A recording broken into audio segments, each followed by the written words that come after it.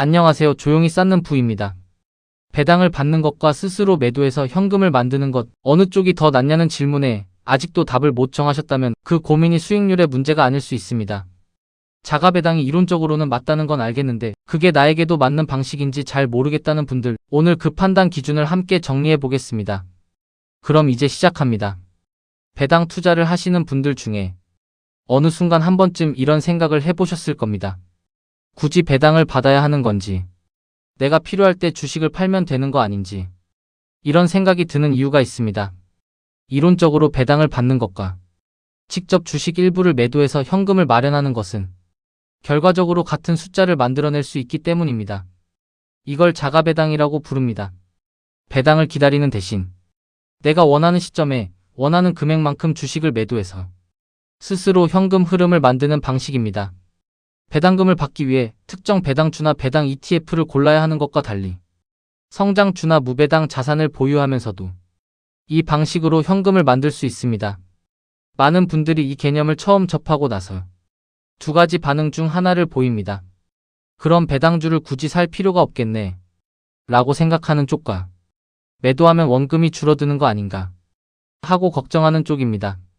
이 두 반응은 모두 틀리지 않습니다. 그런데 중요한 건 어느 쪽이 이론적으로 맞느냐가 아닙니다. 어느 쪽이 내 투자 방식과 실제로 맞느냐가 더 중요합니다. 자가배당이 이론적으로 가능한 이유는 단순합니다. 주식이 10만 원일 때 배당으로 5천 원을 받으면 주가는 배당락으로 9만 5천 원이 됩니다. 내가 직접 주식 일부를 매도해서 5천 원을 만들어도 결과적으로 남은 자산의 총합은 같습니다. 배당으로 받든 매도로 받든 기업 가치가 동일하다면 투자자의 전체 자산은 이론상 달라지지 않는다는 것입니다. 그렇다면 왜 배당을 선택하는 사람과 자가배당을 선택하는 사람으로 나뉘는 걸까요? 그건 이론과 실제 투자 행동이 항상 같지 않기 때문입니다. 지금부터 그 차이를 하나씩 살펴보겠습니다. 자가배당의 가장 큰 장점은 유연성입니다. 배당주나 배당 ETF는 분기마다 혹은 월마다 정해진 날짜에 배당이 들어옵니다. 그런데 내가 돈이 필요한 시점과 배당이 들어오는 날짜가 항상 맞는 건 아닙니다. 예를 들어 이번 달에 급하게 목돈이 필요한데 배당 지급일이 다음 달 말로 잡혀 있다면 그 사이를 어떻게 메울지 고민이 생길 수 있습니다. 반면 자가배당은 내가 원하는 시점에 원하는 금액만큼 직접 현금을 만들 수 있습니다. 필요한 만큼만 매도하면 되기 때문에 현금 흐름의 타이밍과 규모를 내가 직접 통제할 수 있다는 게 핵심입니다. 또한 자가배당 방식은 배당을 지급하지 않는 자산에서도 적용할 수 있습니다. 배당이 없는 성장 ETF나 무배당 종목을 보유하면서도 일정 부분을 매도해서 생활비를 마련하는 방식으로 활용할 수 있습니다. 배당 여부에 관계없이 어떤 자산이든 내 현금 흐름 계획에 맞게 유연하게 활용할 수 있게 됩니다. 세금 측면에서도 자가배당이 유리한 경우가 있습니다. 배당 소득은 금융소득 종합과세의 대상이 됩니다. 연간 금융소득이 2천만 원을 초과하면 다른 소득과 합산되어 더 높은 세율이 적용될 수 있습니다. 배당 규모가 클수록 이 부담은 커지고 특히 다른 소득이 있는 분들에게는 무시할 수 없는 수준이 됩니다.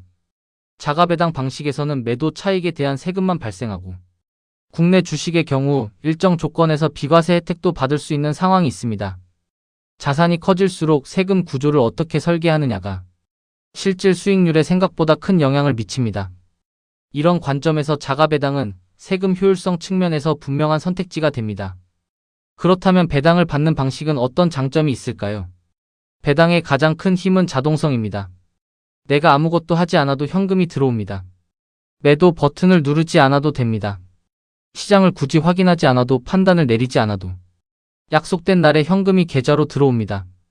이게 단순해 보이지만 실제 투자 행동에서는 굉장히 중요한 요소입니다. 자가배당을 하려면 매도 시점을 내가 직접 결정해야 합니다. 그런데 많은 투자자들이 주가가 내려가 있을 때 매도를 망설입니다. 지금 팔면 손해보는 것 같고 조금만 더 기다리면 회복될 것 같다는 감정이 올라오기 때문입니다. 내가 필요한 건 현금인데 주가가 빠진 상태에서 매도 버튼을 누르는 건 실제로 심리적으로 굉장히 부담스러운 행동입니다. 그 결과 현금이 필요한 순간에도 매도를 계속 미루게 되고 결국 생활비를 다른 방식으로 마련하거나 다른 용도의 자금을 건드리는 일이 생깁니다. 이게 반복되면 자가배당이라는 전략이 실제로는 작동하지 않는 상황이 됩니다. 이론은 있지만 실행이 없는 전략이 되는 겁니다. 배당은 주가와 무관하게 현금이 들어온다는 점에서 투자자에게 심리적 안정감을 만들어 줍니다. 주가가 내려가도 배당은 들어옵니다. 이 현금 흐름이 있다는 사실 자체가 하락장에서도 자산을 팔지 않고 계속 보유할 수 있는 감정적 근거가 되어줍니다. 주가는 내렸지만 배당은 여전히 들어오고 있다. 이 문장 하나가 실제로 많은 투자자들의 판단을 안정시킵니다. 시장이 흔들릴 때 숫자보다 이 감각이 더 크게 작동하는 경우가 많습니다. 특히 배당 성장 ETF처럼 매년 배당이 조금씩 늘어나는 구조라면 주가 하락 속에서도 배당이 꾸준히 성장하고 있다는 사실이 투자를 이어나가는 힘이 됩니다. 내 자산이 줄어드는 것처럼 느껴질 때 들어오는 배당 흐름이 그 감각을 상쇄해주는 역할을 합니다. 여기서 한 가지 더 생각해 볼 부분이 있습니다. 자가 배당은 매도라는 행동을 전제로 합니다. 그런데 매도는 단순히 버튼 하나를 누르는 행동이 아닙니다. 그 순간 투자자는 스스로에게 이 질문을 던집니다. 지금이 팔기에 좋은 시점인가? 이 질문이 생기는 순간 판단이 흔들리기 시작합니다. 주가가 오르고 있을 때는 더 오를 것 같아서 팔기 싫고 주가가 내리고 있을 때는 손해보는 것 같아서 팔기 싫습니다. 어느 방향이든 매도는 쉽지 않습니다. 결국 자가 배당이 이론대로 작동하려면 시장의 방향과 무관하게 정해진 날, 정해진 금액을 꺼내는 기계적인 실행력이 전제되어야 합니다. 그 실행력을 나 스스로가 갖추고 있는지를 먼저 확인해야 합니다. 반면 배당 투자는 그 판단의 부담을 구조가 대신합니다. 내가 팔지 않아도 되기 때문에 시점에 대한 고민 자체가 발생하지 않습니다. 배당이 들어오는 날, 배당이 들어오는 만큼만 현금이 생깁니다. 이 구조는 투자자가 매 순간 판단을 내려야 하는 피로를 없애줍니다. 판단 피로가 줄어들면 전략을 오래 유지할 수 있는 가능성이 높아집니다. 투자에서 감정 소모를 줄이는 구조를 선택하는 것은 단순한 편의가 아니라 전략적인 선택입니다. 어떤 방식이 나를 덜 흔들리게 만드는지가 결국 더 오랜 기간 투자를 이어가게 만드는 진짜 기준이 됩니다. 처음 질문으로 다시 돌아오면 배당을 받는 것과 자가 배당 중 어느 게 더 나은가? 이 질문은 단순히 수익률로 비교할 수 있는 질문이 아닙니다. 내가 어떤 방식으로 투자를 오래 유지할 수 있는가의 질문입니다. 자가 배당을 제대로 실행하려면 자산의 총량이 일정 수준 이상이어야 한다는 점도 중요합니다. 예를 들어 연간 생활비로 1,200만 원이 필요하다고 가정해 봅니다. 일반적으로 인출률 4%를 기준으로 하면 약 3억 원의 자산이 있어요. 매달 100만 원씩 매도하는 전략이 가능합니다. 그리고 이 전략이 지속 가능하려면 자산이 매도 속도보다 빠르게 성장해야 합니다. 자산 규모가 충분히 크지 않은 시기에는 자가 배당이 원금을 빠르게 잠식하는 결과로 이어질 수 있습니다. 시장이 하락하는 구간에서 생활비를 위해 계속 매도하면 자산 총량이 예상보다 훨씬 빠르게 줄어드는 상황이 올 수 있습니다. 이 점은 전략을 선택하기 전에 반드시 고려해야 합니다. 배당 투자는 이런 상황에서 다른 방식으로 활용될 수 있습니다. 자산이 아직 충분히 쌓이지 않은 시점에는 배당을 현금으로 꺼내 쓰는 것이 아니라 그 배당을 다시 재투자하는 방식으로 자산을 키워가는 전략을 선택할 수 있습니다. 배당이 들어오는 구조를 갖추면서도 그 흐름을 다시 투자에 활용하면 복리 효과와 심리적 안정감을 동시에 얻을 수 있습니다. 배당이 쌓이는 걸 지켜보는 경험 자체가 투자를 유지하게 만드는 동력이 되기도 합니다.